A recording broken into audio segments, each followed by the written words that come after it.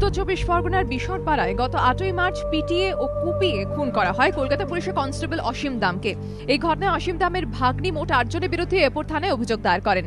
ঘটনা নিয়ে প্রবল হইচই হওয়ায় তদন্তভার হাতে নেয় সিআইডি। গ্রেফতার করা হয় 5 জনকে। এদেরই অন্যতম প্রসেনজিৎ ওরফে পঙ্কা দত্ত কলকাতা হাইকোর্টে জামিনের আবেদন করেন। 21শে জুন বিচারপতি অসীম কুমার রায় ও বিচারপতি তৌফিক উদ্দিনের ডিভিশন বেঞ্চ ওই জামিনের আবেদন খারিজ করে দেন। অসীম দামের ভাগ্নির অভিযোগ তা সত্ত্বেও 29শে জুন অভিযুক্ত পঙ্কা দত্তকে পাড়ায় ঘুরতে দেখা যায়। এরপরে বিষয়টি হাইকোর্টের নজরে আনেন তার আইনজীবী তপন কুমার তিওয়ারি। এরপরে হাইকোর্টের রেজিস্ট্রারকে বিষয়টি তদন্ত করে রিপোর্ট দিতে বলে অসীম কুমার রায়ের ডিভিশন বেঞ্চ। এরই মধ্যে অবশ্য ঘটনা তদন্ত চেয়ে হাইকোর্ট এবং সুপ্রিম কোর্টের প্রধান বিচারপতির কাছে চিঠি লেখেন অসীম দামের ভাগ্নি। মক্কেল এসে বলল যে আমরা এই ব্যাপারে আমরা ইনসিকিউরিটি ফিল করছি, আমরা এই ব্যাপারে একটা চিফ জাস্টিসকে এবং সুপ্রিম কোর্টের চিফ জাস্টিসকে আমি চিঠি দেবো। তারপরে চিঠিটা চিফ জাস্টিসের সেক্রেটারিকে দেওয়া হয়, একটা চিঠি পাঠিয়ে দেওয়া হয় সুপ্রিম কোর্টে। মঙ্গলবার এই ব্যাপারে হাইকোর্টে শুনানি হয়। অসীম দামের ভাগ্নিকে পুরো অভিযোগ জানিয়ে হলফনামা জমা দেওয়ার নির্দেশ দেয় আদালত। এদিকে অসীম বাবুর ভাগ্নির অভিযোগ তাদের ক্রমাগত ভয় দেখানো হচ্ছে।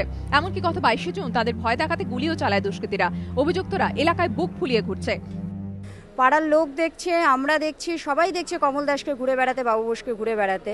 আমি কালকেও দেখেছি এবং কমিশনার সাহেবকে জানিয়েছি। কমিশনার সাহেব এয়ারপোর্ট থানায় বলেছে অ্যারেস্ট করতে, তা সত্ত্বেও জানি না এয়ারপোর্ট থানা থেকে কেন অ্যারেস্ট করছে না।